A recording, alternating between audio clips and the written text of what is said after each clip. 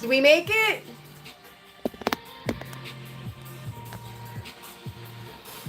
See, are we out here? Is anybody out there?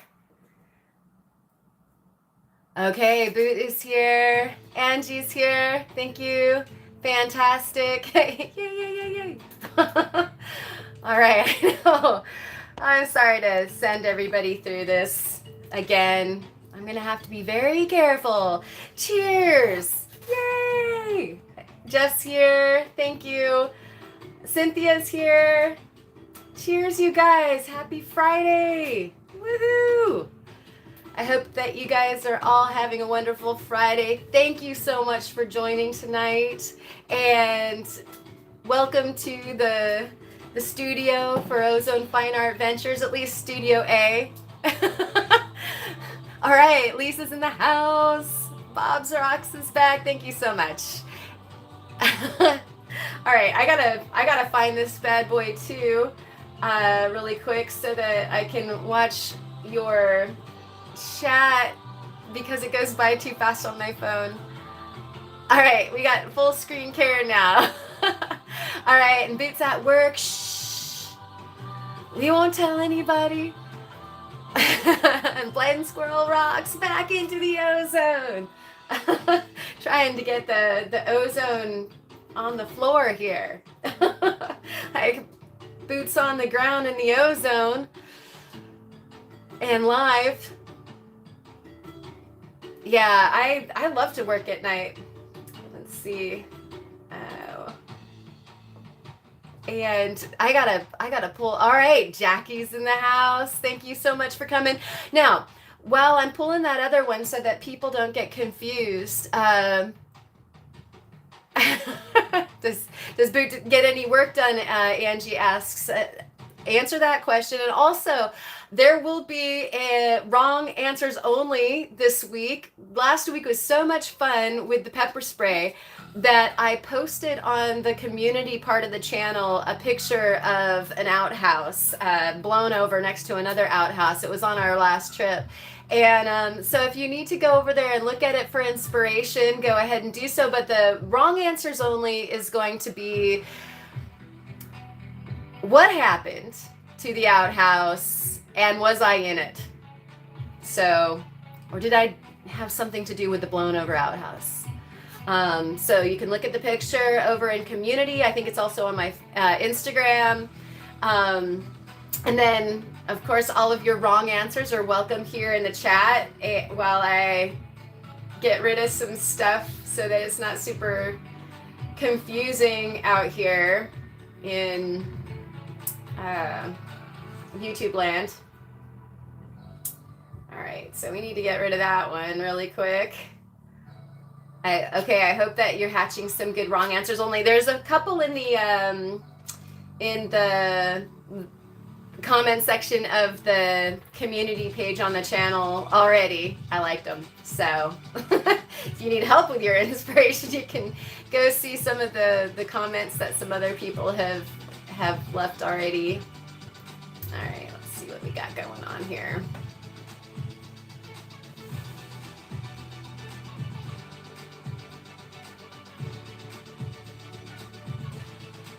All right, I don't want to get rid of that just in case this is what we're doing right now. Oh no, okay. I'm not gonna mess. That seems like a disaster. It's gonna try to tidy things up, but nah. All right, back home. Let's see, are we live? Huh? Are we live? Yep, I found us. I found myself. Yay! Cheers! Cheers to y'all. It's been a long week. Apologies from the podcast crew. I'm not the podcast. And everybody last night we were rolling up to get ready to do our recording, and we had 2 migraines, a possible food situation, like a food poisoning, and like not feeling good. So everybody was like out of sorts last night from the staff side, and so we begged pardon from our guest to see if we would be able to perhaps do this next time. And so hopefully that's going to be the case. But apologies to the podcast crew for not having a podcast tonight. All right. And so I'm going to catch up with what's going on. Hey, Rufo. And it looks like AL is in the house. Al. And I'm gonna go back a little bit.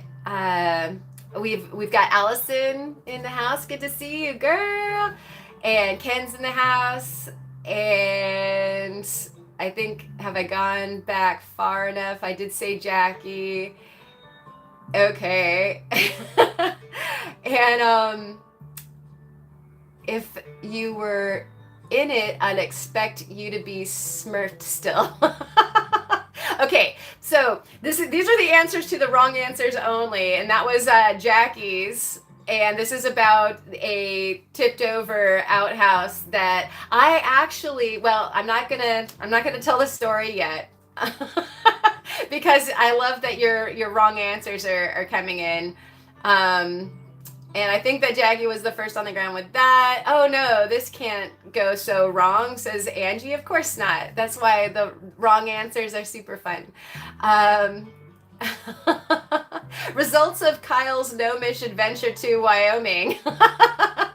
Do you think that the gnome could knock over the outhouse? I like that. This is a certain brand of humor already. I can, it's just an invitation, of course. I hope you didn't back bear spray and then blue goo, Allison. Nice, right? Yeah, that would be something, or like a bear spray, and then I told you I was having total cravings for some huevos rancheros or something like that. You never know. And then actually that brings me to comment number 1 from the comments in the community page. Somebody did say Taco Bell. Enough said. I thought that was hilarious. Hopefully I don't get any sorts of copyright problems with that. Howdy, Slim Pickens. We're going over the wrong answers only of the evening, and it was about that outhouse that I posted on the community page. You can check that out, or just know that it's knocked over. I just wanted to have wrong answers only about how that might have happened. And then I know I just missed Ken's, because it was right above Allison's, I think. Where'd it go? Oh yeah. An amorous bison misunderstood the sounds coming out of it. That totally would be terrifying, and another probability, especially considering the wildlife that we get out west, right? I like that one, Ken. Excellent. And Brian says, you were attacked by a bear spray revenge. Yeah, right? Okay, doubling down on wild animals knocking over the outhouse. It's kind of like tipping cows, right? Y'all hear about cow tipping, and I think it's kind of like snipe hunting. You really don't want to go tip cows while they're sleeping. And so do you think that the wild animals outhouse tip, as like the sort of sophomoric prank that all of the adolescent wildlife likes to go do to the humans that are in the outhouses? You missed your shout out. Go back in the chat a little ways, Kyle, and check out what they think the gnome did to the outhouse. And so I'm catching up. I'm sorry about not only the grimace trying to read my screen, but also not saying hi to who just popped in also. So I will do that in a little bit, but let me see about these wrong answers still. Okay. And Jeff was busy sharing, so he didn't hear what the wrong answers are for. Hopefully we caught up with that. Yep, the Portaloo. and it's in the community section if you want to go look at the picture. It's pretty crazy. You know, nobody ever wants to see a knocked over portaloo, and your mind just starts flying as to what the scenario might be and what might have been inside that loo. So yeah, so that was something, I took that picture, so it was something that happened. Okay, Chris was just swinging through. He's doing family stuff and can't stay. Have fun and rock on. Chris, to you back. Watch out for those drivers. We had a little conversation earlier about that.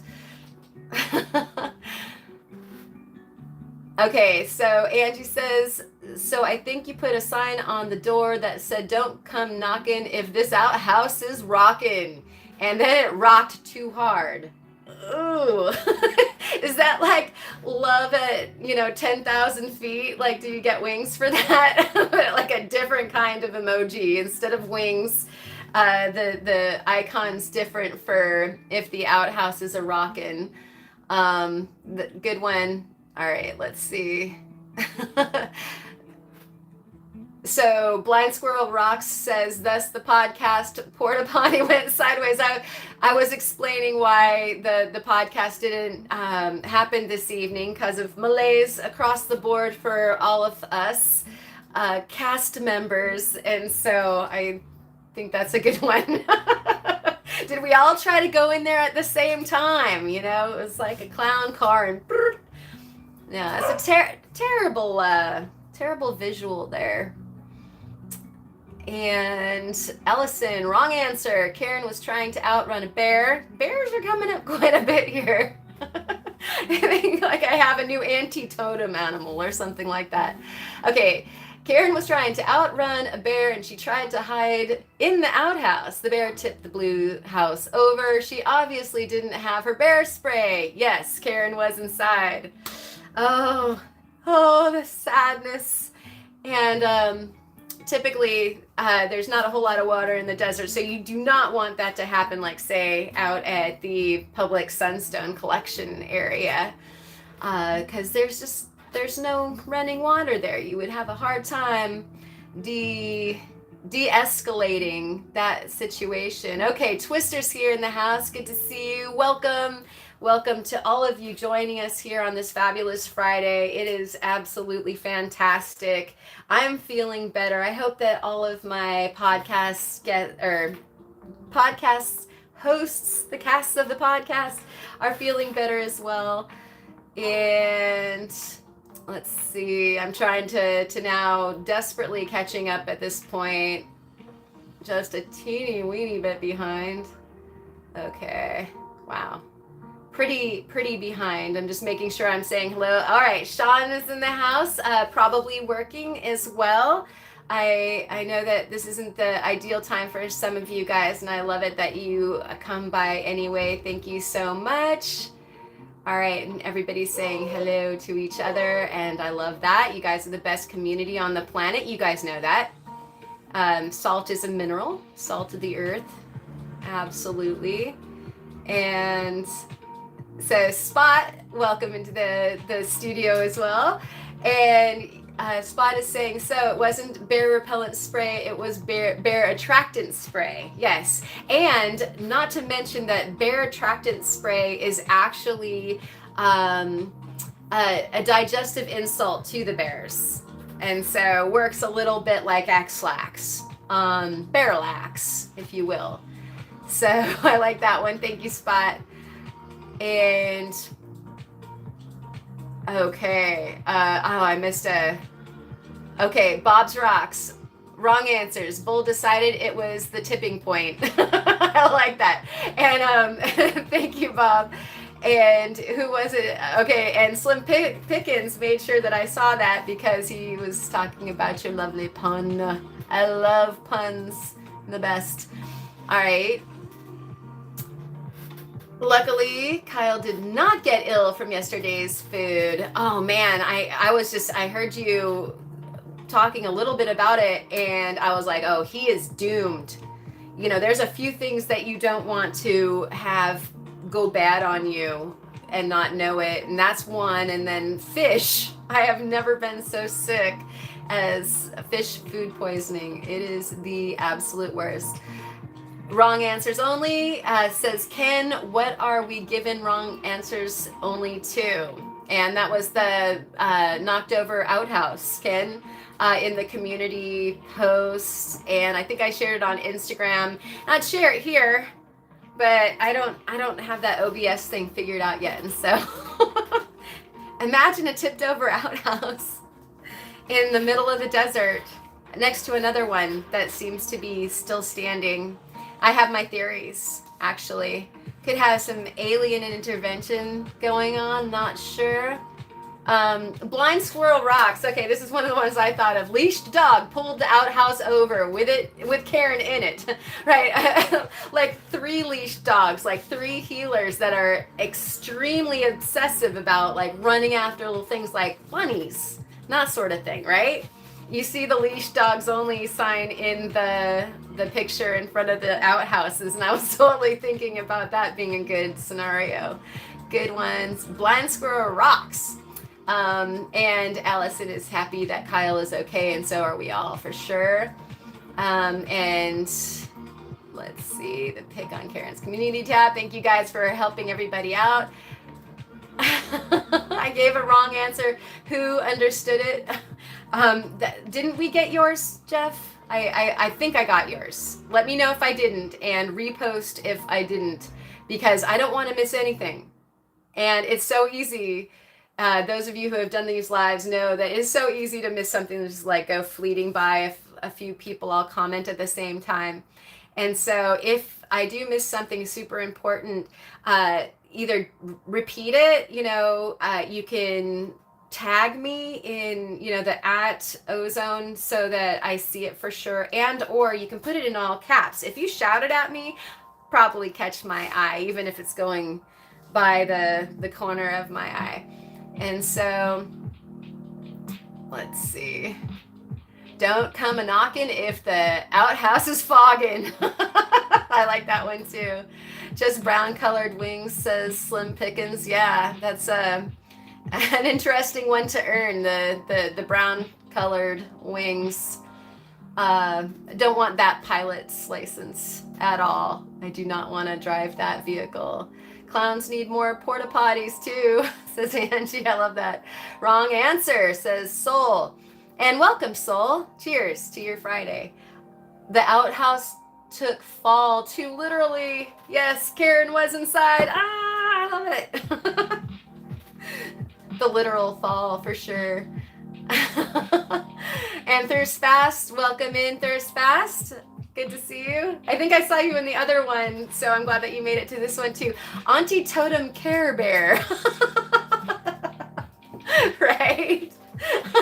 And I like that I said anti-totem, like the negative of it. And I like that you chose auntie, like Aunt Totem Care Bear. That's great. I think I might have to use that. All right. Oh, I'm almost there, I think. Let's see. Everybody's again saying hi to each other. And Porta Potty just on a tangent says Blind Squirrel rocks. Yes! Like just all the way, like into the tangent, head first. And World of Rockhounds spent a couple hours on the phone today. Oh no, with phone insurance. Prepped a fossil while you waited. That is cool that like we do actually, we can make good use of our time, at least as lapidary artists. Sorry that you were having the phone issues some more.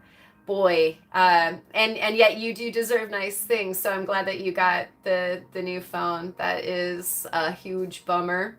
Sorry. And Soul comes with another wrong answer. It knew what Karen had for breakfast and tried to run. No, Karen wasn't in it. Right? I was approaching the outhouse and it was like, no, not me. Like, use the other guy. I'm not doing it. Just like committed suicide right there. Went over the wall. Tried to liberate itself. I like that. That's a good one. All right. Oh, Ken had an ironic comment that flopped so hard. I'm so sorry. Did I see it? As you know, sometimes it just is a difficult platform, the chat, what everybody's looking at. I've definitely had stuff absolutely, hear crickets when I thought like that was a good one. I'll just sit here by myself in my studio thinking that was a good one. All right. So Jeff and Ken are commiserating. I'm sorry, guys. Don't mean to let you down. All right. 2-week-old Ham says World of Rockhounds, Kyle, about what was threatening last night, but didn't come to full term. Or it could have been that outhouse scenario for you, Kyle.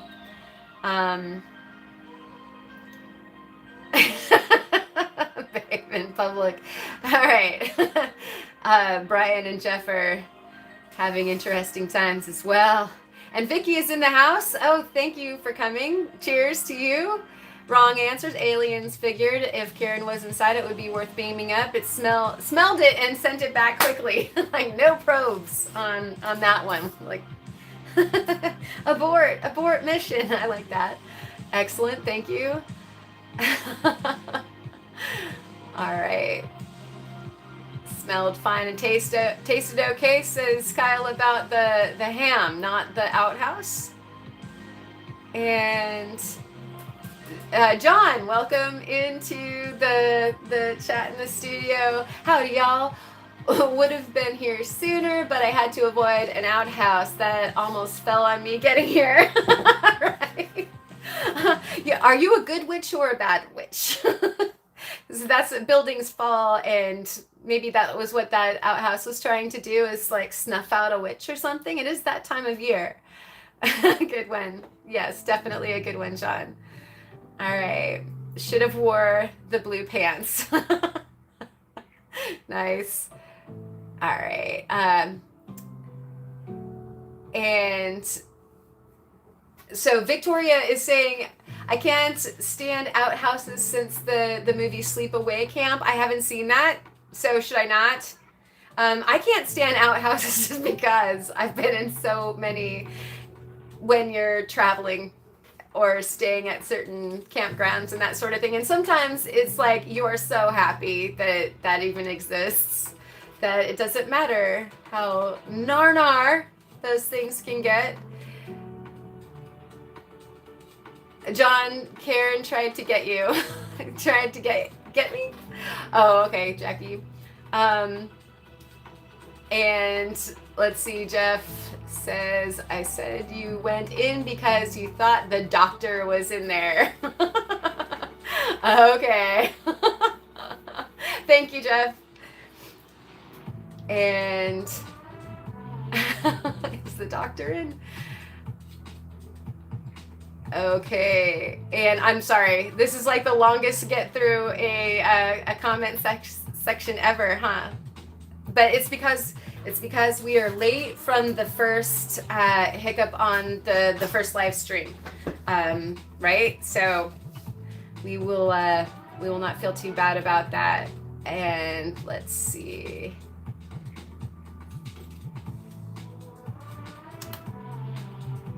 Wow.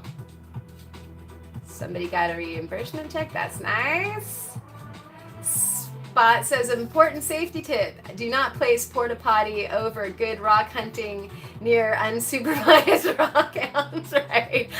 Just need to move a little bit of this overburden and what's underneath. I like that. Could happen. All right. Hence the comment, who understood my wrong answer, LOL. Okay. All right, thank you. It always sucks when you have to explain, right? It takes some of the magic out of the comedy, little bit. And Lynn is in the house. Lynn and Seth's Adventures. Hello. Good to see you. Thank you for coming. and someone told Karen there were sunstones under the portaloo. Yep, same idea. Excellent, Brian. It could happen. Like I get that, that world record strength, like women that are trying to take, a baby underneath a car and just lift it. And yeah, if there's sunstones involved and there's like a portaloo in the way. Yep, 2 thumbs. All right. Oh my goodness, the digressions. And let's see. Thanks for being patient. Is 8 bad meat once and that's enough? Yes, definitely. Oh, and let's see, Jeff is saying, I can't stand outhouses because I grew up without indoor plumbing in the woods of Kentucky and we had to use an outhouse. I have huge wolf spiders and we have huge wolf spiders and scorpions there. Enough said. Oh, yes, I totally hear that, Jeff. And yeah, snakes too. I don't know. I should be talking to you over here.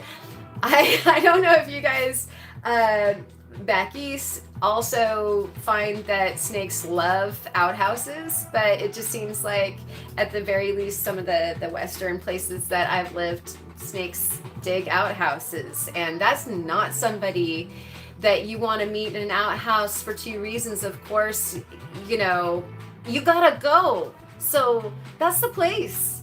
And so get out. Then 2, yeah, snake, like do we want to share and hope that you're not poisonous and you're gonna like take me out when I'm totally incapacitated, not going anywhere. So it's a little vulnerable kind of situation. That is cool. They're now asking if you're from the backwoods, Jeff. Very cool. Similar experience, Jeff says. Blind Squirrel Rocks. And Jackie is reminding everybody of the live sale tomorrow. Go check it out. Definitely another fun hangout and way more eye candy. And let's see. Wow. There was no running water in your house, Jeff, and that's not that long ago.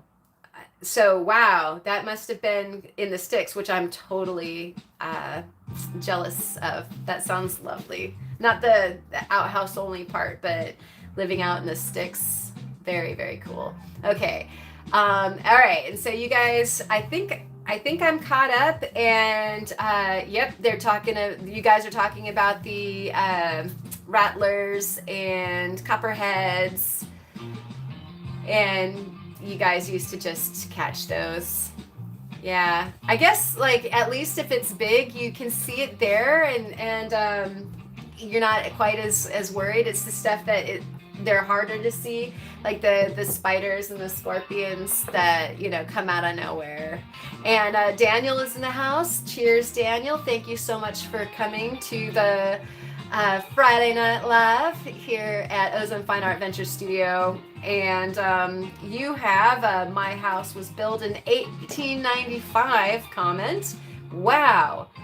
And there was no running water in the house, so there's a brick outhouse out back they had to walk to. I can't imagine that in the middle of the night. Yeah.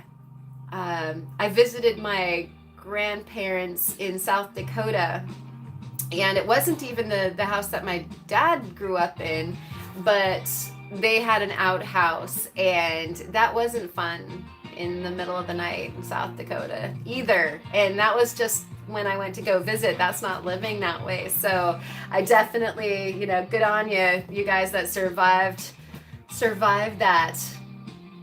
So I hope everybody's day was awesome. It was,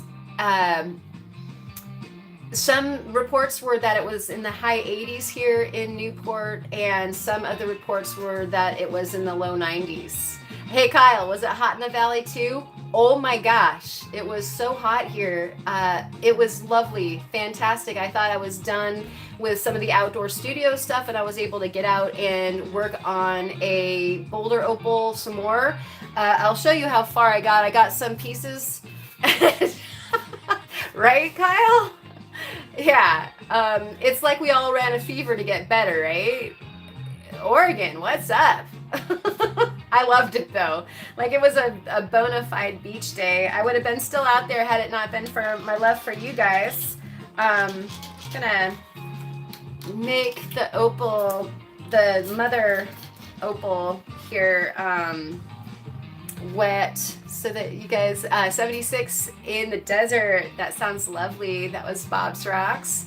78 over there in North Carolina. Angie.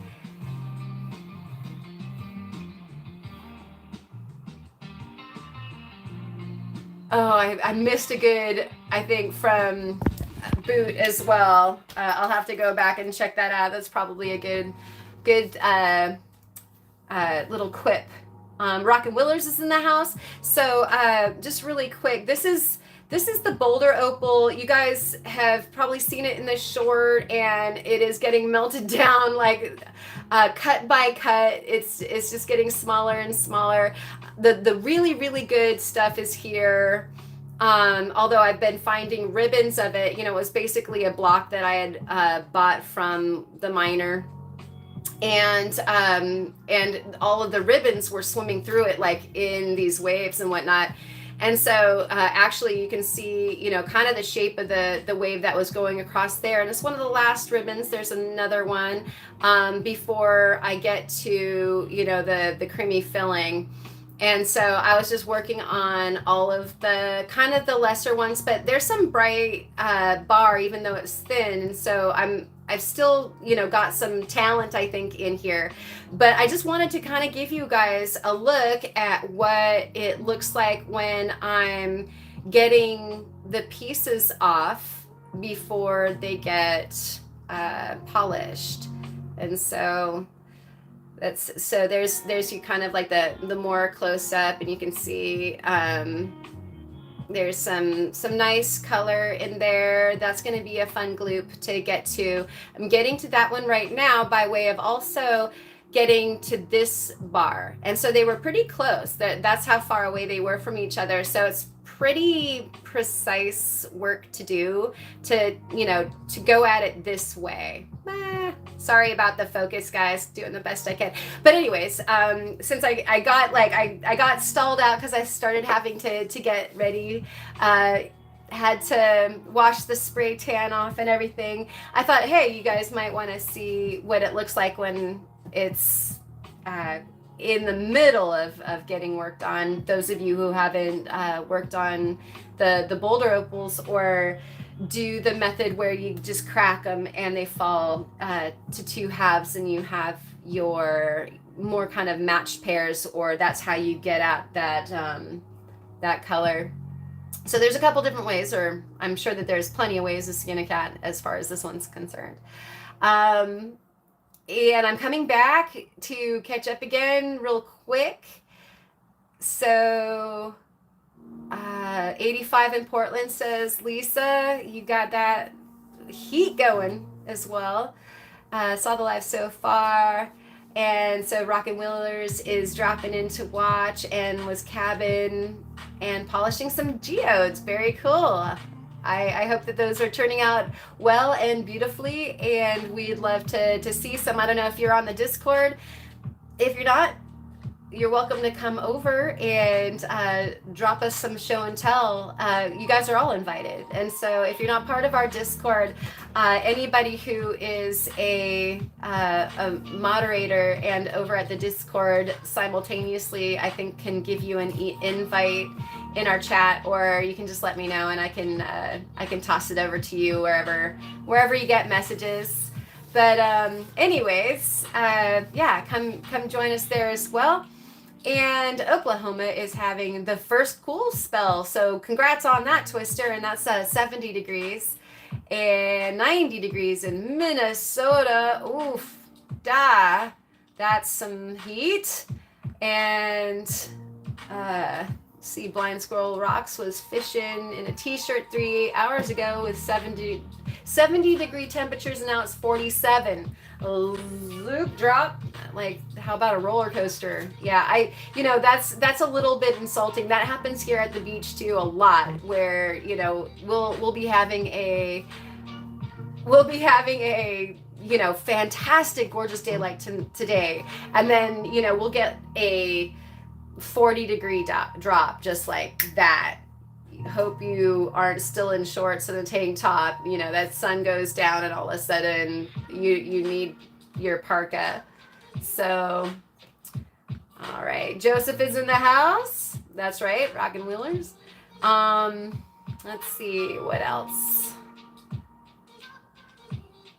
And cheers. And all right, Brian does need a new invite. Okay. I probably could generate that right now, and then we'll get on to, I promised like Variscite, Sunstones, Turquoise, that stuff. And I've got like a little pile right now, and I'd really, really love your help, everyone here. And so 50s and raining in Kenosha. So that sounds like it's cold. Let's see. Invitation to Discord. Yes, the Discord is where we hang out. Yeah, I understand that.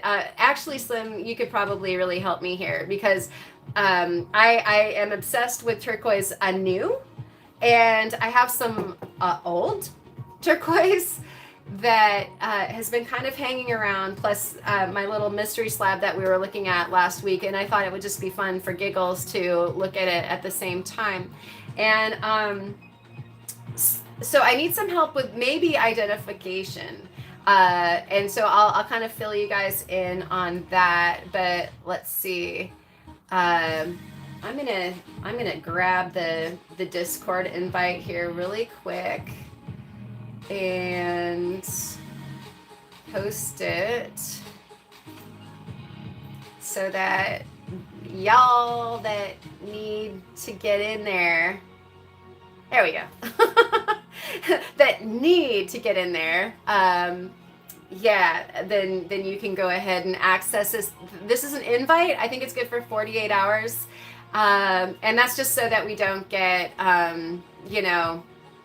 trolls and bots and things like that in our little playpen, because I mean, seriously, it's our sandbox. Like, it's just us, and we are having shows and tells, having discussions about rocks, having lapidary discussions, notifications for videos coming up. There's a buy and sell page, and then there's random whatever, because we love tangents, and so it's not structured. It's just a playground for you guys, and with like no agenda whatsoever. We just love hanging out. And so I was Discord done before. Somebody suggested that the Rockhound podcast have one. And so I'm like, I'll host the server. I know nothing. And so that's what I'm doing. And so I'm also learning as I go along. But it's been super fun. And we just got kind of like an influx of people in there. It ebbs and flows. Sometimes it's just on fire. Like today we were discussing some things, and it was like a fun place for a bit of hangout. And then other times it's quiet, but we all do things. We all like to rockhound and do lapidary and make things and whatever. And so it's a great come as you are. And it looks like we have Rocky Mountain Bear in the house. Good to see you. My hands are empty of bear spray, so no worries here.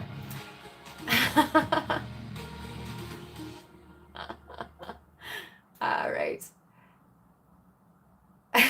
And 60 degrees for Rocky Mountain Bear, and don't ask him about the Discord. He claims to be illiterate, although we see over there, so it's good. It's all good. You don't have to be good at it to be able to participate at all.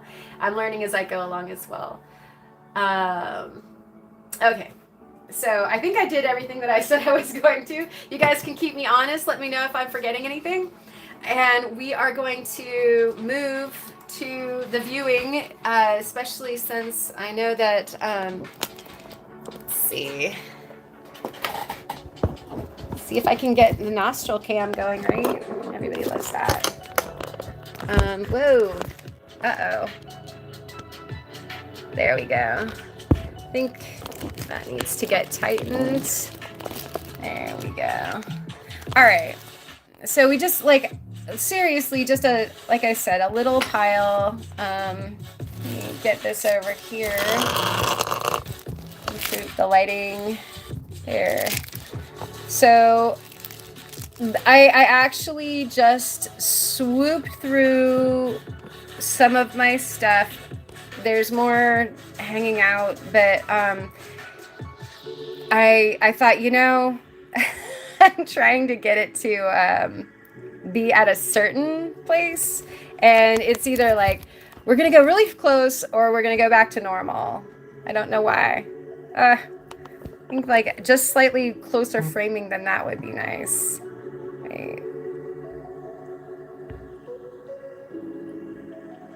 Nope. That's funny. All right, I'm gonna leave it there, not mess with it. I think that's good enough, right?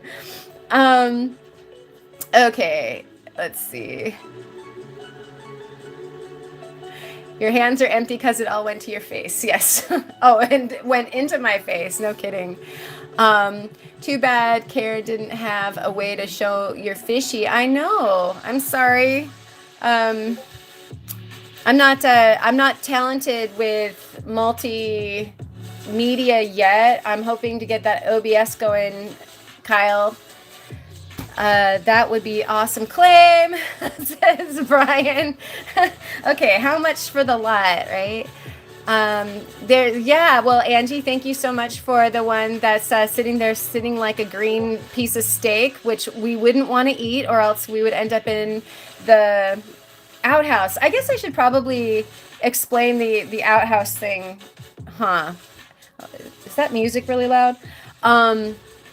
I think we just went over by the speakers, so it feels like it's a little bit louder. So the rockhound story, as you're looking at Turquoise and Variscite goodness. Oh, I forgot the one.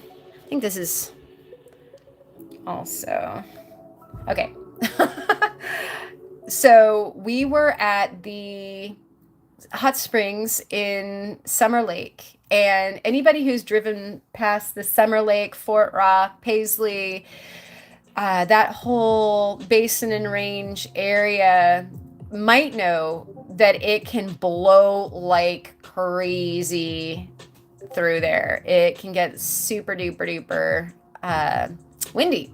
And so we overnighted at the hot springs so that we could soak after doing the Sunstones, and it was just blowing so hard we couldn't even put up our rooftop tent. We had to sleep in the truck bed, which we're always set up to do because you never know. And I was literally walking by that outhouse, and I had used the one that was to the right of it. And I'm like walking by, and the thing like hops over that fence, like right as I'm walking by, because it was gusting that hard. And you have no idea the feeling of my life rushing before me. Like, was there any chance of me in that other outhouse going over? It was terrifying. And so I don't know, maybe that one wasn't as full. I don't know, but like, let me know if anything similar has ever happened to you. It's simple. Like, it's a tall object with a lot of windage, and I don't know, like, the wind will blow over our garbage cans. The occasional outhouse sounds like something that could definitely happen. Yeah. So I don't know, Slim, if you mean you wish you could see that outhouse jumping in person, or if you would love to see this material in person, because yeah. Probably the latter, right? I'm also multitasking and trying to catch up on your comments here. Okay. And so the turquoise. Duh. Tall drink of windage. That sounds like the start of a long, fun night, right? Cheers, everyone. So I like again. I just wanted to do some like comparo, and then it's fun to bring certain kinds of stuff out anyway. And so this I know for sure is the untreated Hubei from China, the Gingu mine, because this is from Nira, and not only is she a fabulous and honest person, but she's also a geologist, and I'm sure wouldn't get duped on that one. So I'm going to explain what we've got in the other piles, and then I'm going to introduce some material that's not in the piles yet. While I'm hydrating also. It's been a hot day. I am sure I'm a little behind on hydration, so hold on just a second.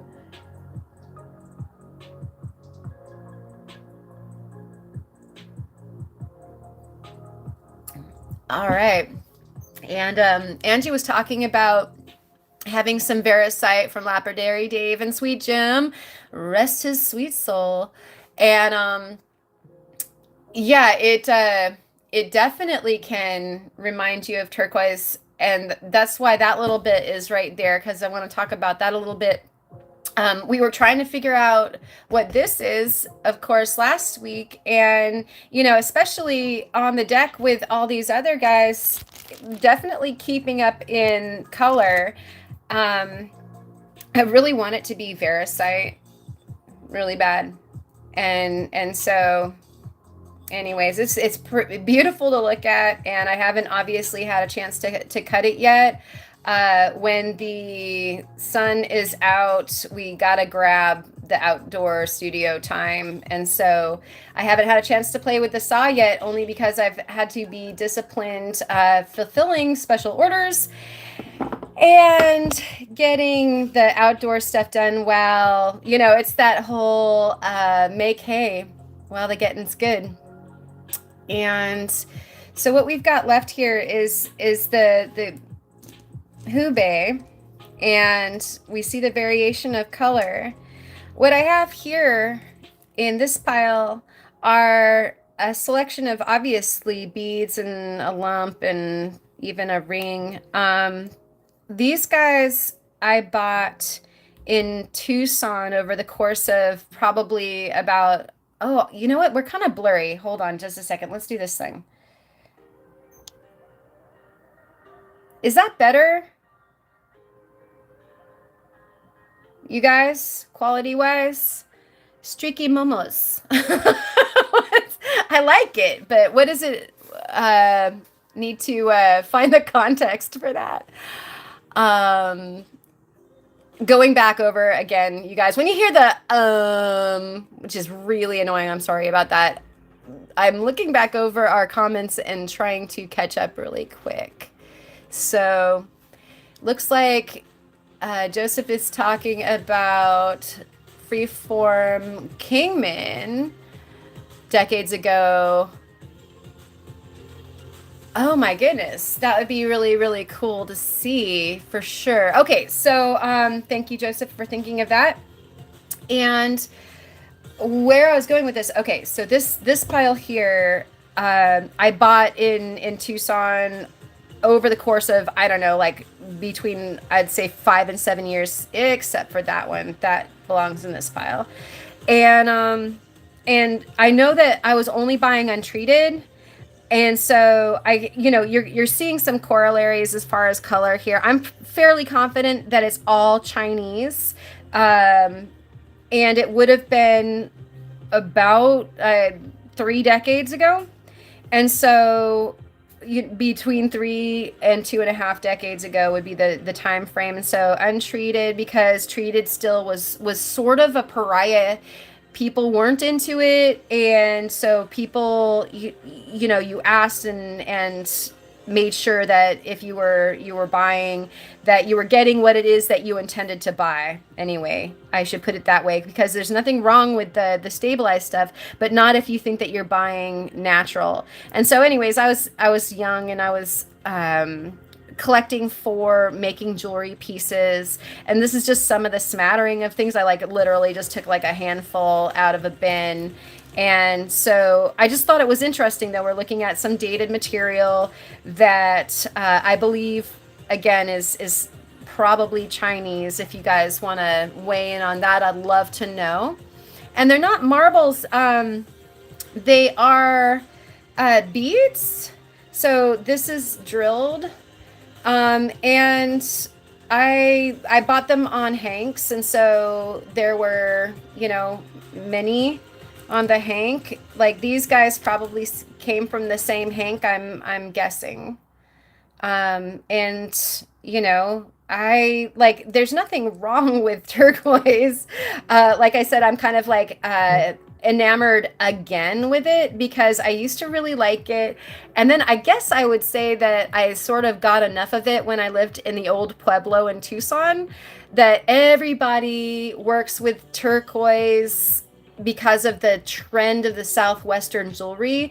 And I felt like it might be best. I was also an artist at the time, painting and represented by galleries, and I didn't feel like I should associate it so much with the Southwest thing, as I was more of a contemporary artist. And so I went with different stones. Just it's interesting how stones, they get like a reputation and they definitely have a vibe.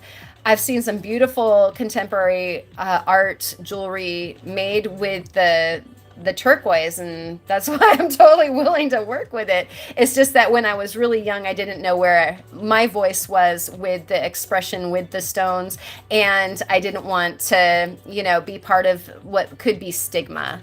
If that is an over explanation, I don't know one. All right, and so this interesting pile over here is a gift, and I want to zoom in for the aficionados. It's too bad that that David, lapidary David, isn't here, actually, because it would be really super cool to hear where he thinks that this stuff is from. And I'm going to tell you the story about it really quick because it helps. Right before that, I'm going to make sure. I guess you guys liked the steak comment. I'm going to quickly get caught up on the comments. God dang it, that was supposed to say streak, but yeah, always do a proper hardness test on your streak too. Steak. Oh my gosh, I love it. Yeah, streak tests. Steak test. But that, like I was saying, this felt like a hunka, green steak. So yeah, we do. We like mineral steaks, rock steak. So Slim Pickens is voting for Hubei for the beads. You think there, Slim? Good to know. Oh, so that's the stuff in my hair right now, meow. Yes, exactly. Rocky Mountain Bear. Yeah, this is like super old. What am I looking for here? Like old collection. Put it away a long time ago, like in the 90s. So yeah, early 90s, late 80s. And you absolutely need a bead or two to put in your braids. All right. I can part with that. They don't have really big holes. Like I might have to, do you need me to bore something out that has like a bigger hole, or is that something that you'd want to do? You got the skills. I don't know if I would need to do it. I can definitely part though with some more beads. I don't know how many, but like for you for sure. Okay, so you want to see that tiny box of goodies? I'll get to it. I'll get to it, Slim. You know I am. I do too. And I'd love to hear what you have to say about it. So that really light square, yeah. Thirst fast? Yes. You are an observant one. That tape is all sorts of old. And so I'll fill you in on that story. Of course, everything here has stories because it's antique in some ways. My favorite turquoise is number 8. Yeah, I'm catching up on these things. I think that some of it might be Sleeping Beauty, but I'm not sure. Um, I do like a number 8. It says Slim Pickens for sure.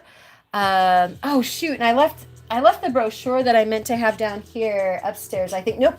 Oh, I'm so smart. I did bring it. Okay. I'm maybe some Royston, says Slim Pickens. I love some new blackjack from Royston, says Brian. Kingman and Bisbee is my top, says Slim. Yeah. And Joseph is hoping that what he sent somebody is going to work, and I hope so too. All right. And Slim, have you seen some of the new Silver Fox out of Nevada? Asked Brian. And yeah, go check that out. I think that Lapidary David did do a, yeah, for real.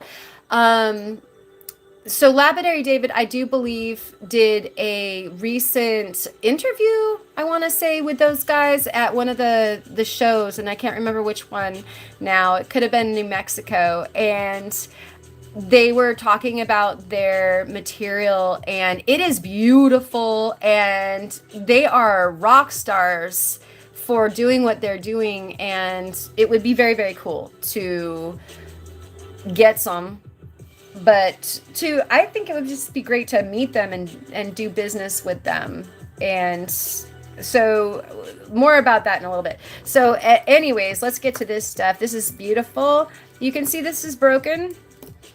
When I lived in Tucson, we were hanging out in not old Tucson, but the old part of town, like where the original restaurant is, in El Charro is down there, and there's like an interesting kind of like a craft market, and one of the beiges was in there doing work, and we got to talking, and after the visit, he was like, I want you to have this. And so it is this strand of turquoise from one of the beiges. Whoops, get that out of there. And this is obviously, it's not stabilized. It's probably from the Southwest, I would guess, given that it was one of the beiges. And so I'm wondering if anybody wants to take a shot at what turquoise this is. Maybe in Arizona turquoise, just because we were in Tucson and it was, I believe that the folks that were working in that particular part of the craft market, were there because of the allowance of the res, but I'm not sure. So anyways, you guys that are more knowledgeable about turquoise, what are you thinking? The Otessens. Sorry, I missed something here. Yeah, is that the name of the family, Jackie? I'm not entirely sure, but really, really cool people that are doing wonderful things out there at the mine, on their own.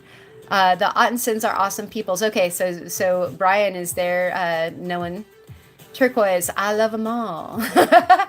Lean towards the Middle Eastern turquoise. Yeah, blue, like a blue suede shoe for sure. I don't know. I presume, since really the beiges specialize in silver And this is not stamped, and so it, you know, it may or may not even have been made by him, but it was at his stall, and he was doing his jewelry there, and we just got to talking.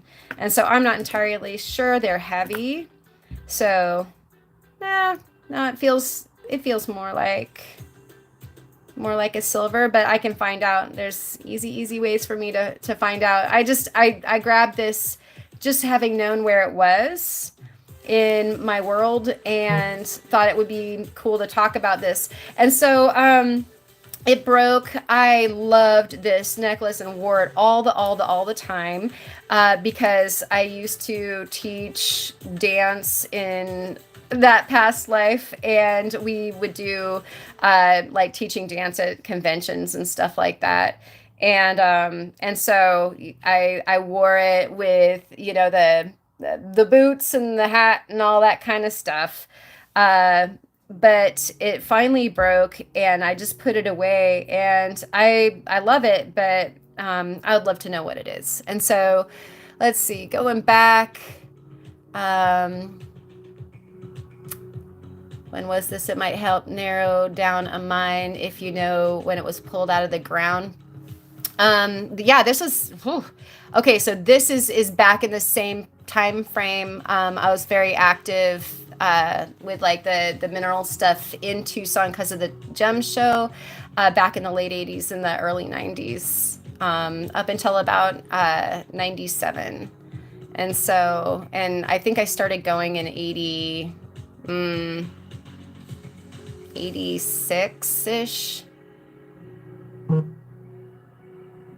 Yeah, it is really precious, Angie. I agree. I've been trying to think of what kind of, you know, it's a little bit more than I wear anymore. Like it would look great on Lapidary Dave, but like I don't usually, you know, I feel a little Wilma Flintstone, especially now that I'm doing so many tiny Sunstones, you know, like I think my whole aesthetic has swung a bit to a little bit daintier, and so I'm totally wondering what I should do. Let's see. Addison Brothers are who David interviewed that own all the turquoise. Yeah, I think I saw the one of the Addison brothers and his wife being interviewed, and they were both delightful. I like the sea foam and that deep blue. Yeah, it vacillates through like a sort of green, which I like, and then we get like more the quintessential turquoise blue. And I like the matrix. It is really pretty stuff. I'm like really tempted to like rework the turquoise only because I have like a hunger to work turquoise now. But I could probably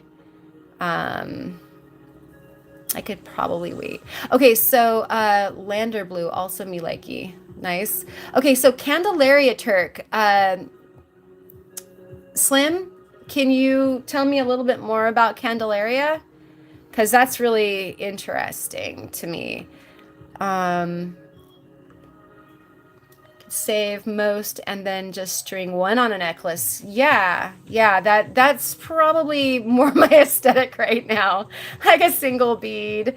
I was thinking of maybe carving, you know, something with one of the beads into one of the beads, and maybe making a piece like that. So I like your tack there. That's the right direction, I think. Brian, I mean, all the turquoise claims. So Jackie wants all the turquoise claims? But, you know, words are hard and it's late for this old lady. It's getting late, huh? Wordquoise. You think it's Nevada stuff? Right, the Candelaria is Nevada stuff. Interesting. Okay. Yeah. Carving would be awesome. I agree. Your phone probably just isn't doing this justice. It might not be. This also probably needs to get cleaned up. I mean, literally, like it's been sitting in a box, and you know, it even feels gritty, and so like it might be a sleeper. So off you go. And here's this. This is what you guys wanted to see. And so this is a very special little box of turquoise that I will bring the little nubbins out. You can see that somebody did some JB Weld on the backs for me. Again, this is like somebody was talking about the tape on this box, and you are so absolutely right. This would have come from my grandfather, and he had intended to work this material and didn't get to it. And so it was given to me. Now my grandfather looks like he got to some of it. He would have not bought anything that was stabilized, because he was like a crazy, he was a crazy Puritan. When, like, he used to like give me gruff little pep talks before he would stuff money in my pocket for me to go to the Tucson Gem Show back when we traveled to get there from California. And he talked about like asking all the right questions about the material that you're buying, and then making sure that you're buying from people that are being honest with you about what that material is. And so so this would have been material that my grandfather purchased probably in the 70s and the 80s. Obviously, some of this is just broken material that he, that looks like it's drilled. And he probably figured, wow, I'll just do something with that. He made lots of rings. He was an old rancher, so he absolutely adored making bolo ties. But here's like, it looks like a little ring stone that pretty much looks like he finished. And so let's see, two tardigrades facing each other. If I'm a really talented carver, maybe I could embrace your vision. Okay. The Shine diamond polish for turquoise polishing. I don't know. I have a little bit of that polish, and then I have some of the wheels from them, but I don't have all the polishes. So that would be, yeah, like a fire agate mark thing. Could ask him. Let's see. Okay, so Brian never liked turquoise until he moved to Nevada and was surrounded by it. Now I can't get enough of it. Isn't that interesting? Yeah, it's all backed. And so let's see. Oh, that pale blue. Would you use a Dremel flex shaft to polish them? Let's see. Yeah,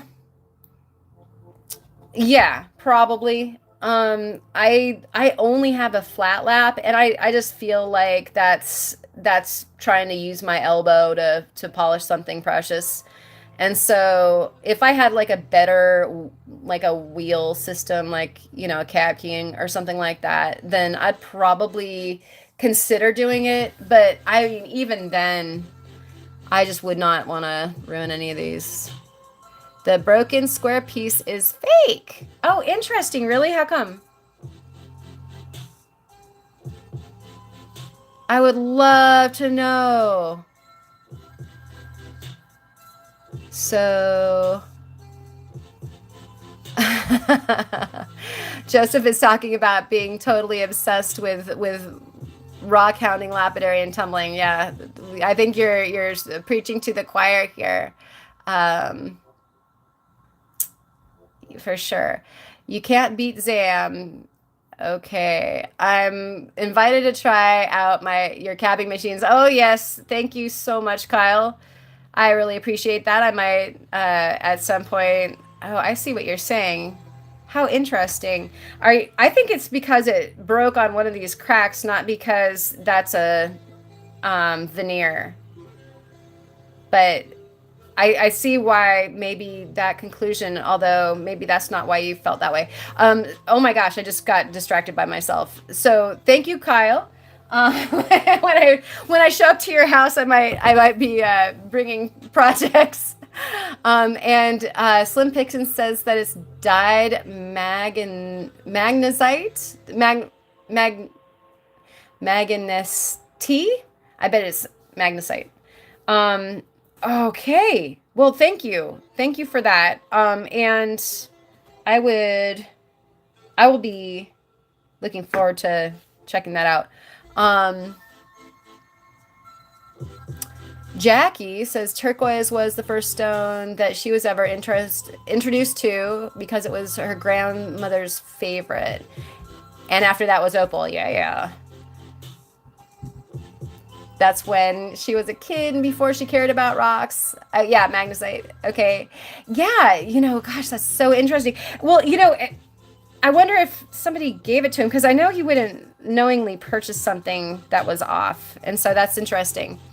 Um, Brian's like, Kyle, I thought you were putting a cab machine in a large flat rate box for me. Kyle is so generous. I don't know if he could afford to be that generous, but he would if he could. Um, yeah, Joseph, definitely a great thing to get a flex shaft. I've got a couple of them. Those are how I would definitely go after working with this material. I think I need to do this thing again. Let's try that again. Is that better? It looked like it was gooey. I don't know if that's better. That doesn't feel better. Huh. Let's do it one more time.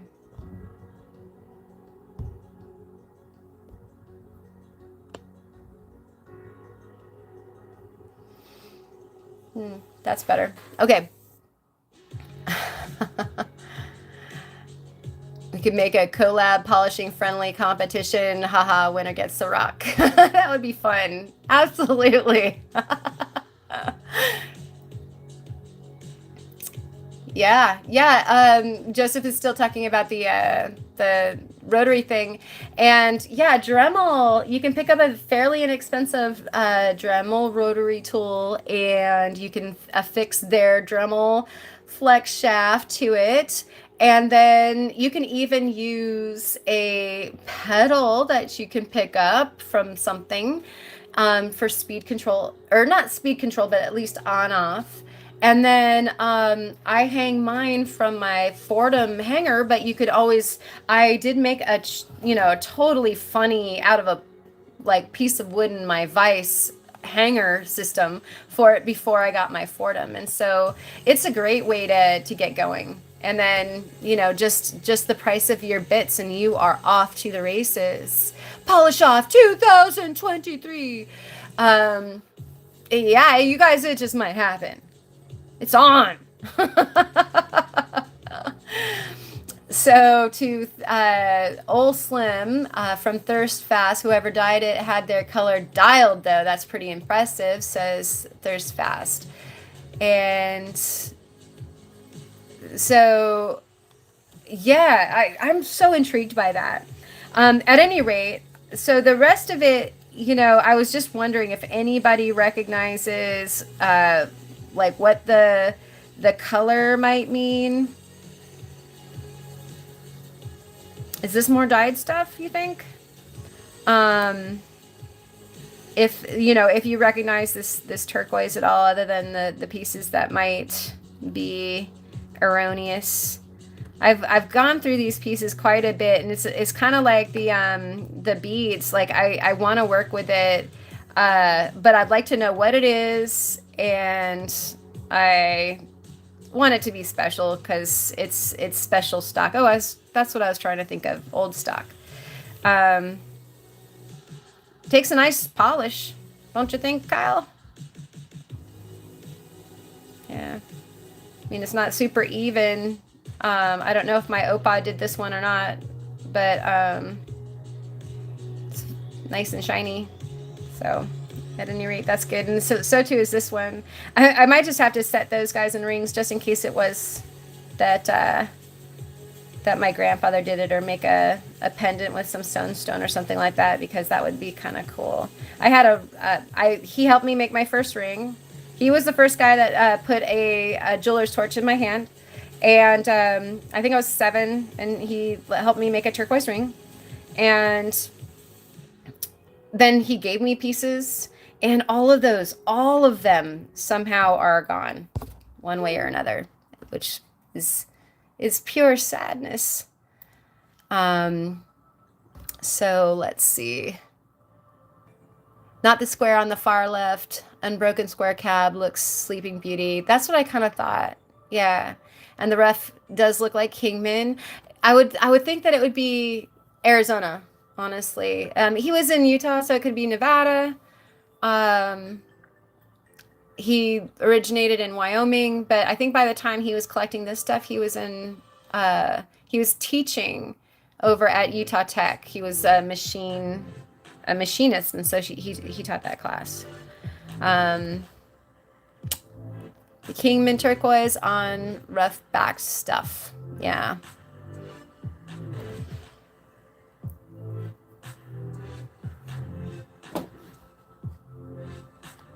I should do a bolo tie. Absolutely, Ken. That's such a good idea. I should totally make a bolo tie. You are so right. In like the old school styly too. The way that he'd do it. He had like bolo ties with teeth and stuff, you know? Like I think that they were bison teeth or something. I mean, you know, that kind of stuff. He was definitely a Wyoming rancher. So this is what was sold to me at a gem show, Tucson, as the as some turquoise, but I'm wondering if it's Variscite. It came with like a batch of other things, and obviously it's a cab that looks like it broke off, and so it was like in a parcel, and I just kept it. I used the rest of the cabs that were in this parcel because they looked totally normal, like just regular old turquoise. And then this one was so unique and pretty and a different color and everything that I was wondering, is it turquoise at all? I'm wondering if it's Variscite, or is it just super, super awesome green spider webby turquoise? Because they did say it was turquoise. So, right answers only. Let's see. An over-the-top bolo with megalodon teeth would make a statement. Yes. Can you imagine? Like, megalodon teeth are like, you know, going down to your belly button. It's like this ginormous bolo. I love it. Like bigger than your, you know, these guys also made belt buckles, and you just couldn't make a belt buckle big enough. So of course you'd have the matching megalodon belt buckle. Or maybe you'd have like a mammoth tooth in that. Oh gosh, so tempting. So a pendant you just made for somebody recently using Snowville. That sounds lovely. Yeah. Yeah. Okay. So, Variscite. So I love turquoise, and I didn't know how much I might love Variscite, but slowly but surely I'm learning more about Variscite. And when we were over at the Spectrum, I believe Chris just came back from digging turquoise and Variscite, and there was this pile of Variscite, and I was hanging out with one of the helpers, just kind of pawing through the pile, and it said take one, and I was like, oh cool, you know, I'll go ahead and take a piece, because it's rough and there's like just little bits, and so I think it's just kind of more the castaways. And she's just like, no, go ahead. I was like, I'll take one because that's what it says on the little sign. So no, like take what you want. And so I just took some different pieces. Not sure why. I'm gonna get these wet because I think that would probably be helpful. I don't know what I'm looking at a lot of the time, but when you see something pretty that looks Variscite, then what more do you need? Right? So I don't know if I have something that I can put. I can get these wet, but it's going to get wet. So I don't think I have a bin for these, but I do want to get them wet for you. And then what I love is those of you who are knowledgeable in working the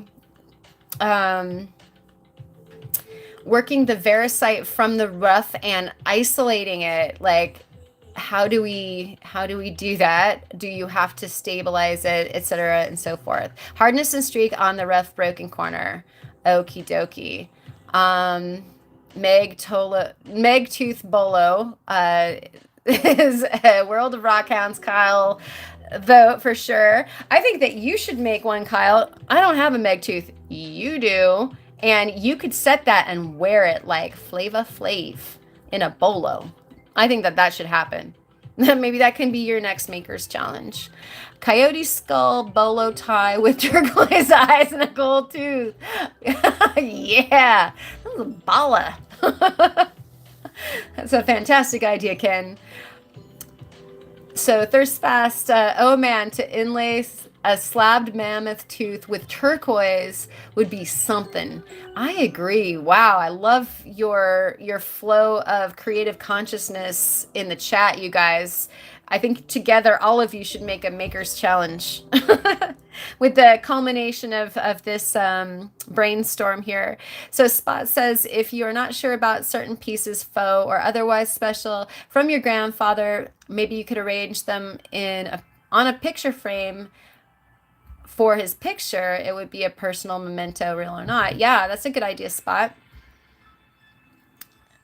And Joseph says, Ellensburg blue belt buckle. Wow, that would have to be a big blue. That would be worth something for sure. Mr. Carl Carlson's when we met him personally, especially for those of Rosie's early birthday surprises. For one of Rosie's early birthday surprises. Oh, that's very cool. Yeah, you got her good. All right, and World of Rock Hounds. Kyle says that I couldn't touch that one too spendy. I totally hear that. Okay, so let's get this stuff wet.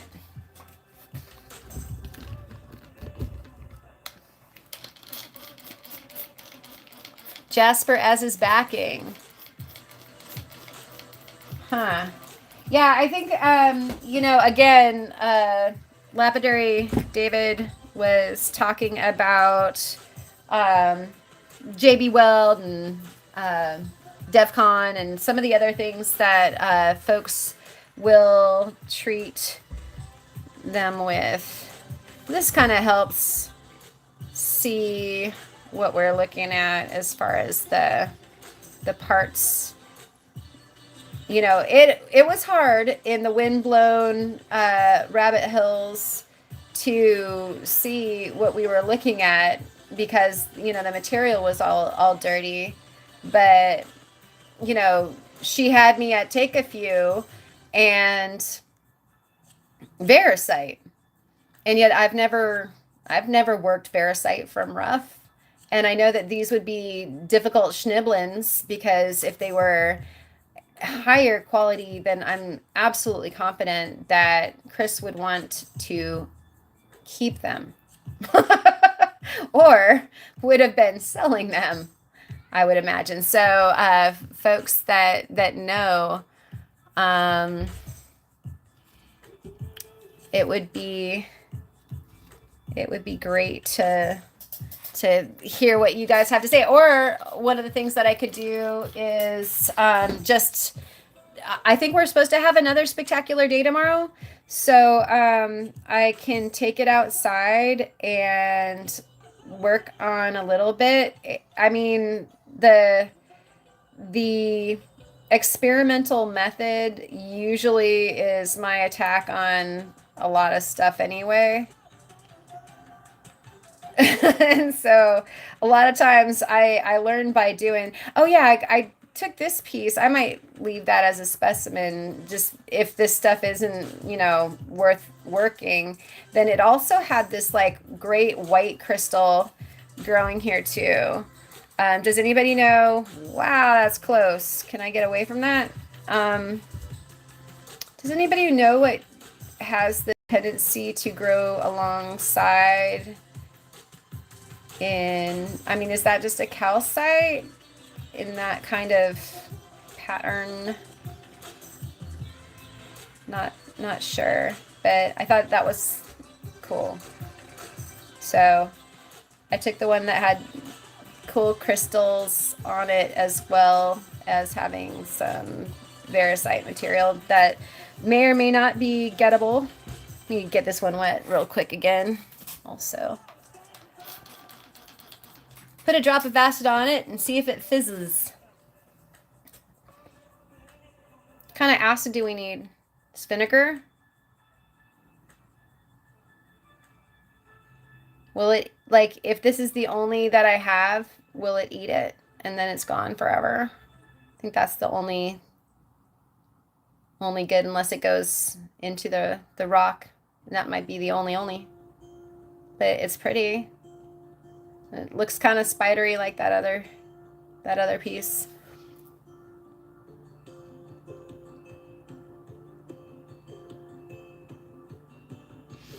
This for sure is, I don't think that we'd need to this acid. Okay. Yeah, got it. I don't know where my mind went. Vinegar will work. Yeah, if we're trying to figure out if it's calcite, that would work. I'm wondering if I have looking around the studio, do I have any vinegar right here? I think all of it is upstairs. I was sanitizing everything to make some kombucha, and I like to use vinegar to sanitize, and which sort of sounds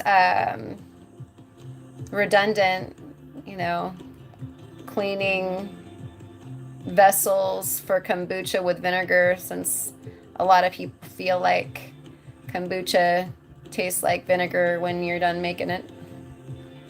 I love the stuff personally. Gotta love all those midi-chlorians.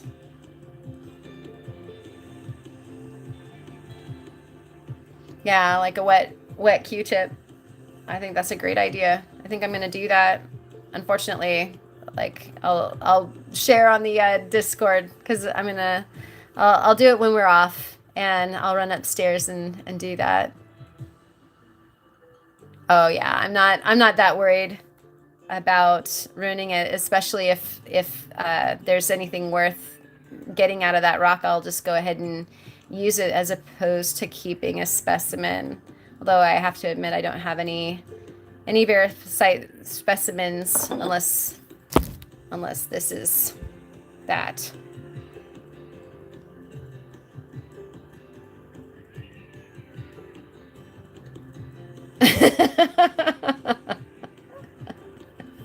We're just wondering.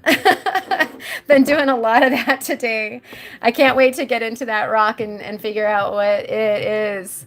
All right. Well, you feed and water. Everything needs feeds and waters, Slim. Well, thank you for coming back and forth for sure. And thank you guys, Thirst Fast and Spot, for the treatment method suggestions. I'll definitely be checking that out when we get off. And let's see, Joseph.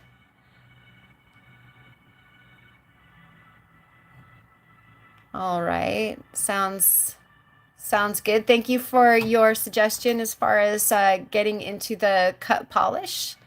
Appreciate that. And Pigeon Blood Ruby bought Jet for backing doublets, and you'll use clear epoxy.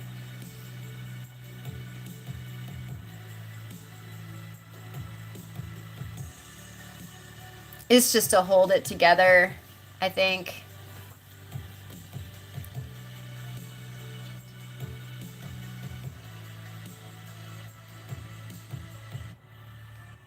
Yeah, it does feel like a Variscite type, doesn't it, Slim? I just keep on like, especially like after we were done last week. See those what kind of looks like fracture?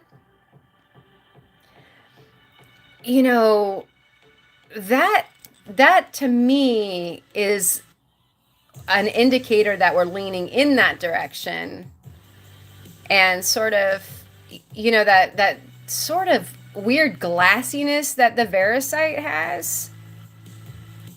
I'm seeing like those little hairline fractures that to me feel like could be, but I know so little about it as well that I don't know.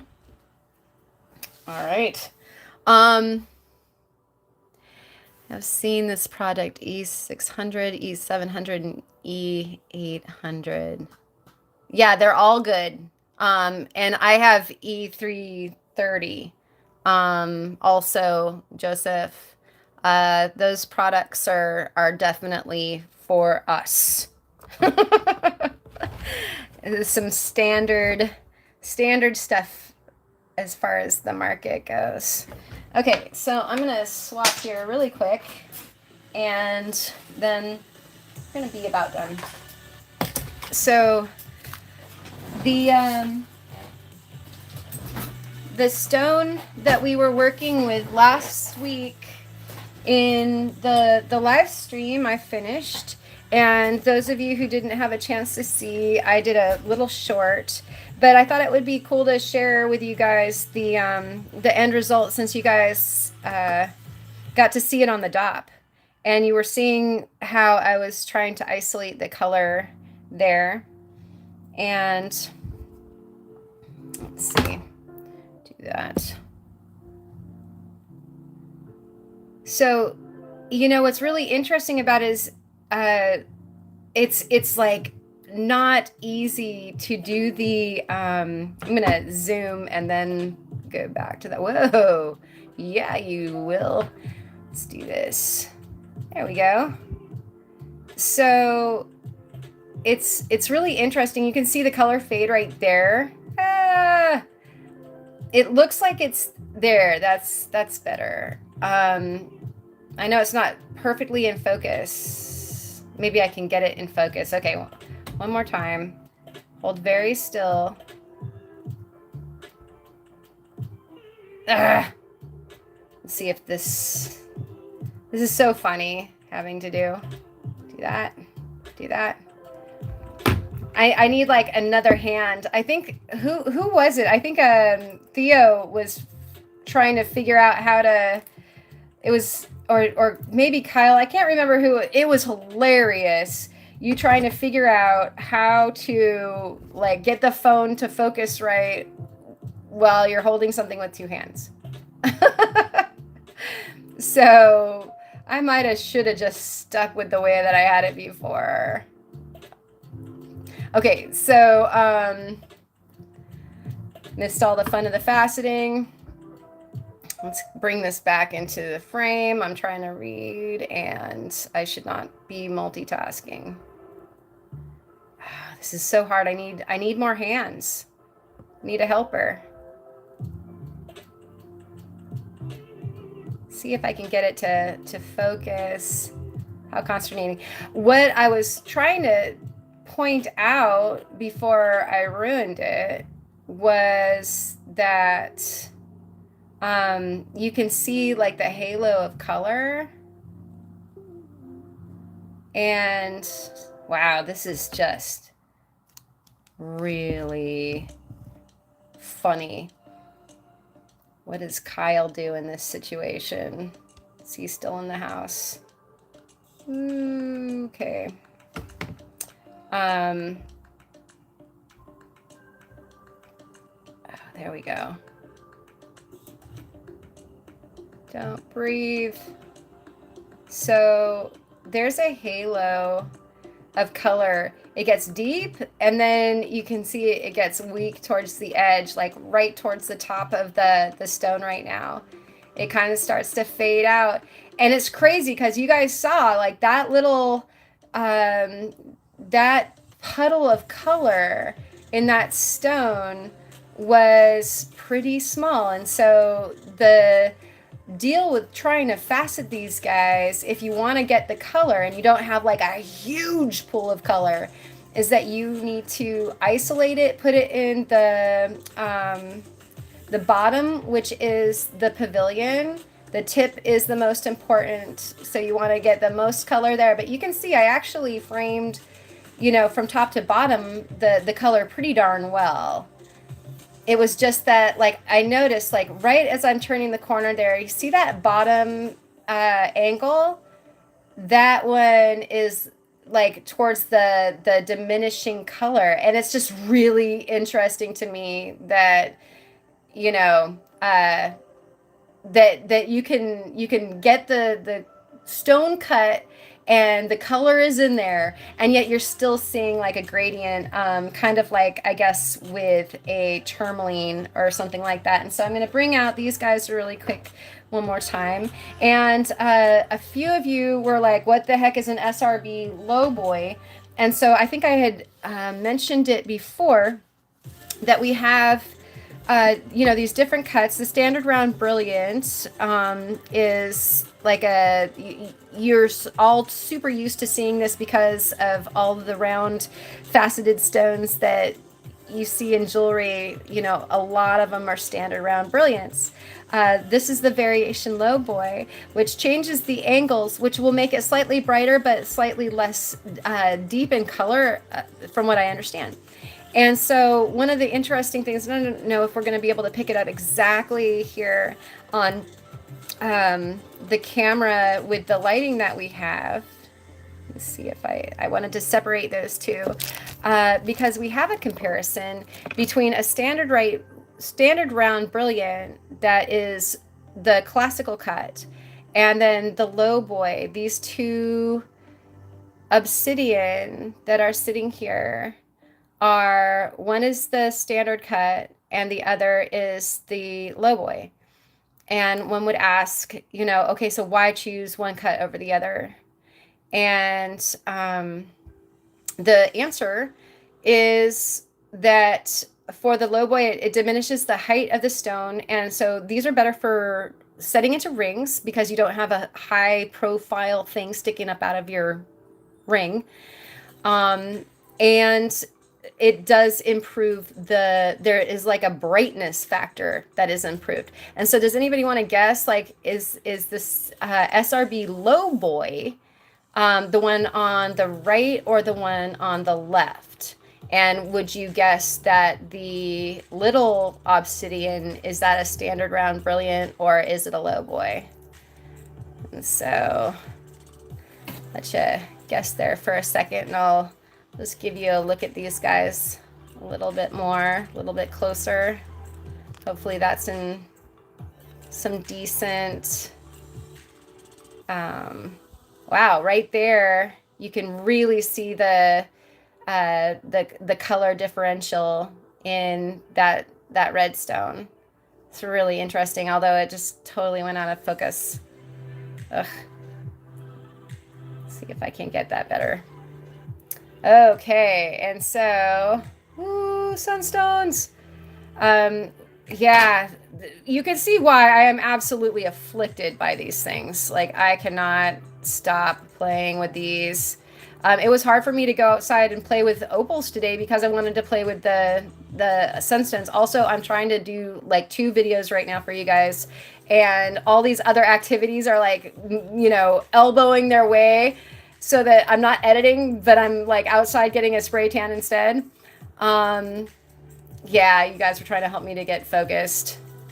Like, if those aren't like famous words here.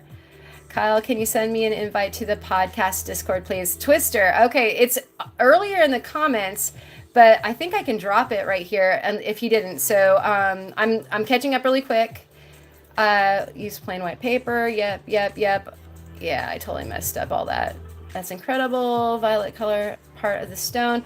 I don't think it's violet. I think it's more like it's supposed to be cherry red, but it like goes to like a russet, like orangey crimson.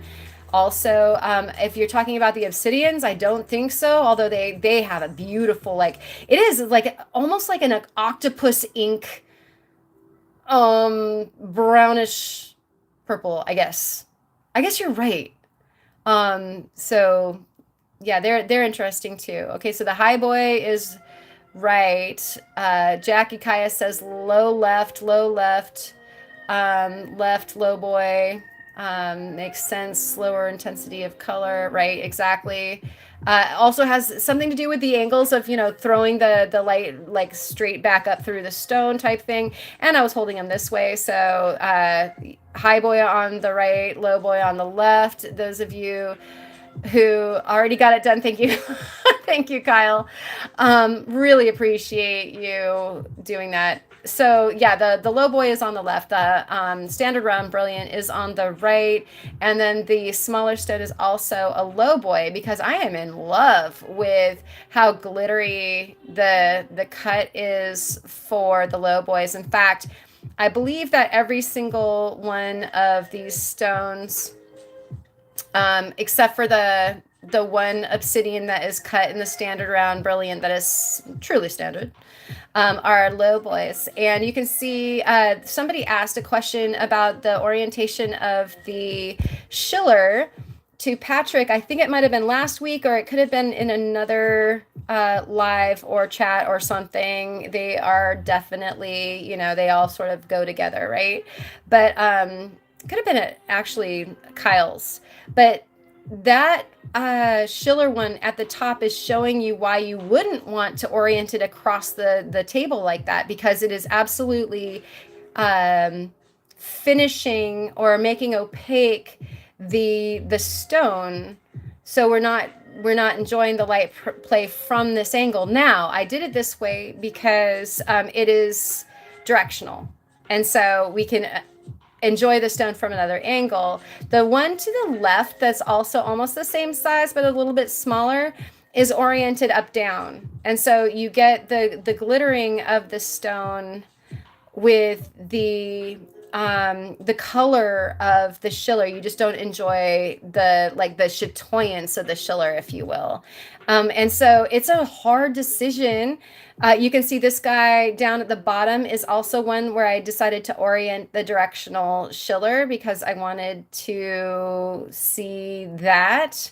But you can see as I'm rotating the one at the top, then you are, at angles, you get the light play of a faceted stone. And then, at angles, it is the pink of the schiller.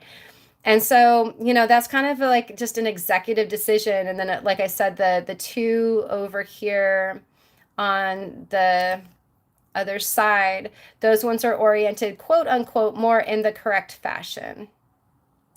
So I think it depends on what you want aesthetically. Like, boy, Schiller sure is special. And so it's nice to be able to see that rolling, kind of like what you get out of a labradorite or a moonstone. These are all the feldspars that do special things. So it's really hard. It's hard to make a decision. And so I was bringing this guy back out so that we can kind of get an idea of what that looked like before, just in case you weren't along for that ride. And here we're going to do this again. So there's an isolated bit of color. That's kind of bigger. I would say that one right there is bigger than the one that I was afforded for that stone. Let me find something that's more along the lines of what it originated like. I don't know, maybe, no, that's too linear. I'm gonna do some sort of like an emerald cut type thing, you know, a long rectangle with that, like something that you would apply to a tourmaline. So these guys come with their own definite uh, challenges because okay, so how do I cut you? How do I cut you so that I make you good? Because like it wouldn't be as good from this angle as from that angle. Like look at how rich that color is. I know you're getting a bad idea of it because it's kind of hard to see through the outside rind, but that's rich, baby. And so that would afford a bigger stone going side to side, like I could do some kind of a rectangle. Or if I go in from the top, then I have a very, very deep colored stone. So, anyways, I kind of just wanted to share that with you. And that's one of the reasons why we end up with something teeny weeny after, although this one was pretty small to begin with. Like the stone itself was probably only about like 10 millimeters, and you should expect like 10 by 10 or something like that. And you should expect to lose 2/3, especially as a beginning faceter, such as myself. Little green pile and some multicolor down there. These are more greenies. The greenies that I got are like teeny weeny greenies, and so these are gonna be something else to isolate again. Like look at this little guy, but you have to love it. It's kind of, it reminds me of sapphire and what you'd have to be doing as far as that's concerned. Like okay, you know, you be really good at what you do and get that, grab that beautiful color and make a gemstone out of it. This little guy that I was showing off, the red is 4.5 millimeters. And that little guy that I just showed you on the bar, that's like how big it is now, probably. So I don't know. Like, am I lucky if I get like a 2 millimeter stone? Am I gonna try though? Yeah. I don't know. I could probably get bigger than that.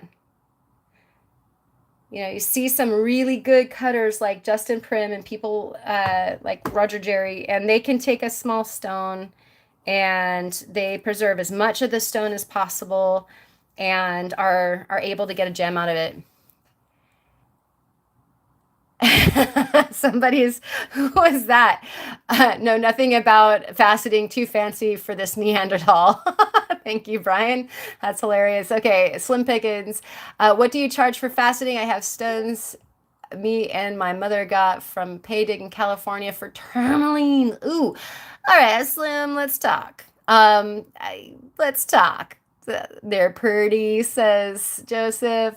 Yeah, Slim, do you know how to get a hold of me? Because well, let's talk. Okay, and then Allison, thanks for reminding me about video editing. Oh my gosh, I'm so busy this weekend. I totally hear you, Allison. I'm sorry to be the wet blanket when it comes to that reality check. I'm going to be up late doing that because I was playing outside today. You know, 88 degrees for sure. So 88 degrees. Like I had to go, you know, run some water and get a spray tan with the Australian boulder opal, of course. All right. Let's see. What else did I miss? Yes, thirst fast. You definitely want to learn how to facet face on flash into my sunstone for sure. You know, I'm excited for those of you that are getting faceting machines. It'll be fun to talk with everyone. You know, it's a difficult ground floor. Manny is getting into faceting, and I'm trying to think of who else I was talking to. Jay Hick just got a facetron, just like mine, the machine that I have. So yeah, you guys out there, and Kyle's got one. It'll be so fun.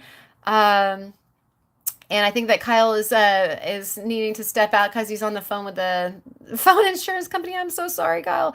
But Yeah, it's interesting, and I just didn't have any idea about it either, like until I started wanting one. And so it's all good, we're not Neanderthals for not knowing about it or not wanting to know about it either.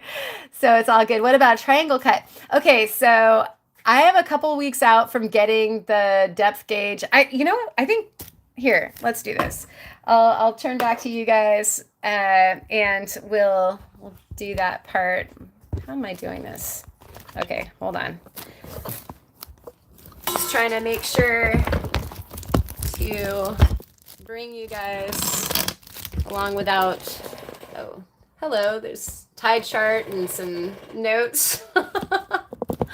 um, yeah, bringing you along without losing you. If I I found out if I touch my phone wrong, it gets mad and gets rid of you guys. And so let's turn that down a little bit. I don't need that. I don't need that kind of spotlight, do I? Okay. Where was I? I was talking about, the triangle cut, and then there's like right underneath that is marquee cut. And I would love to do those things. In fact, I can't, somebody remind me the name of a good triangle cut. It starts with a T, but it's not triangle, it's something else. And I can't wait to do those. But I couldn't because I I don't have a proper depth gauge for that machine right there. It's an old one and it's not calibrated properly. So it is like, it's crazy hard. I have to plan all of my stones just by using a level and meet points, and then the depth gauge sort of works. And so it's just like crazy geometry, mathy, weird dance, and I'm loving it. But the depth gauge that I'm waiting on it should be here in a couple of weeks. Actually be able to do. Am I still here? Okay, good. It glitched. I'll be able to do shapes, because then I will be able to use the depth gauge to know that I'm at the correct angles.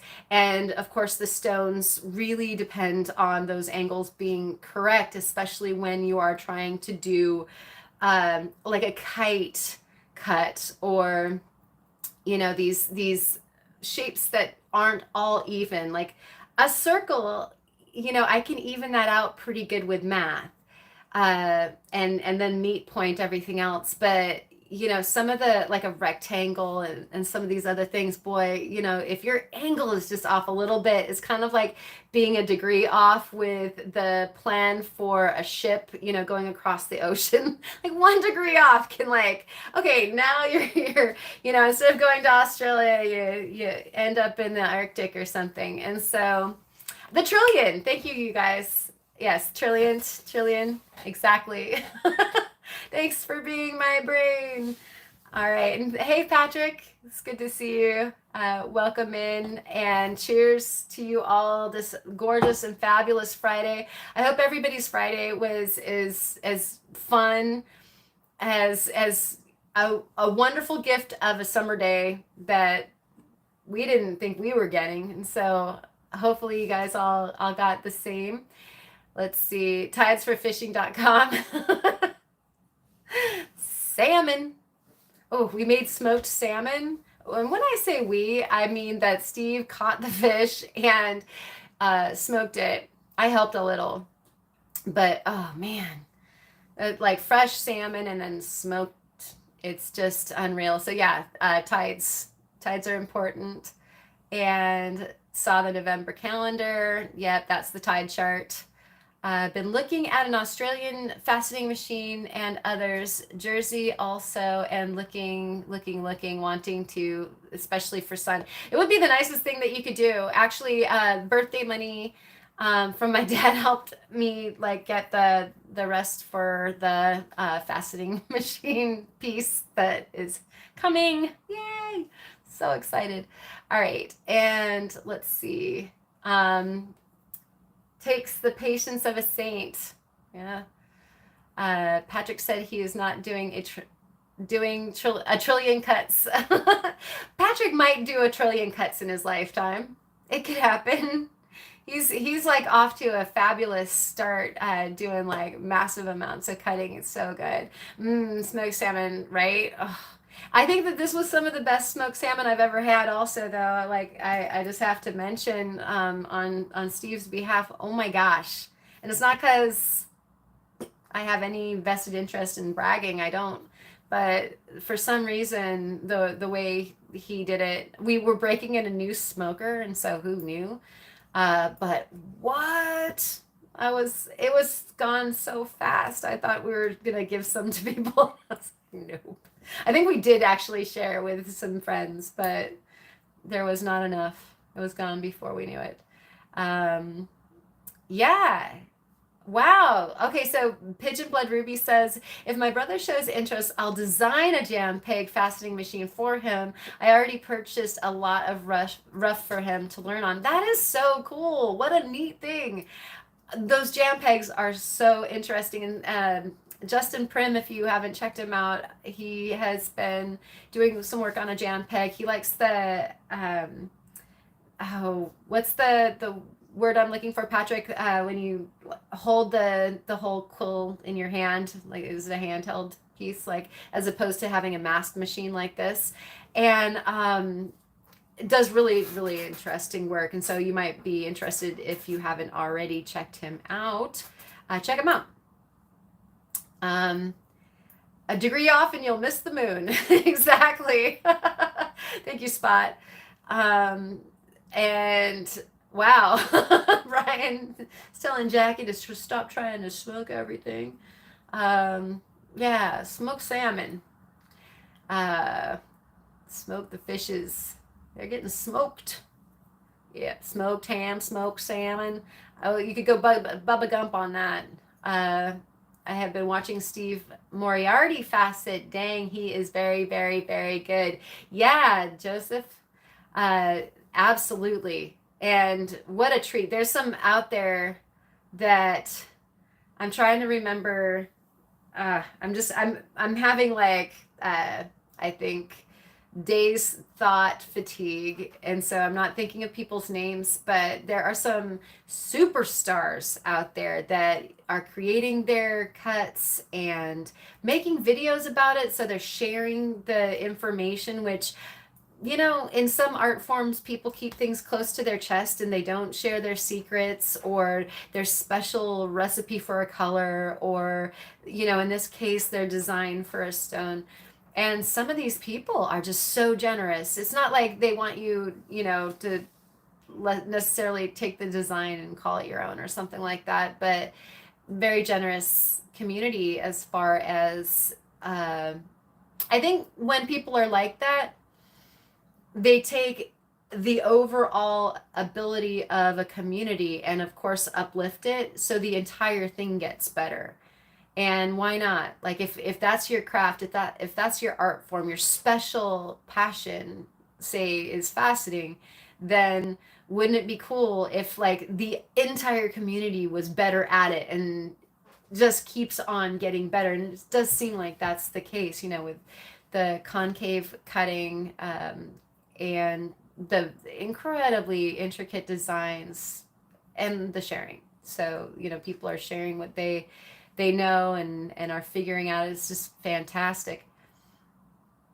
The eclipse is coming. I believe that's on what, the 14th?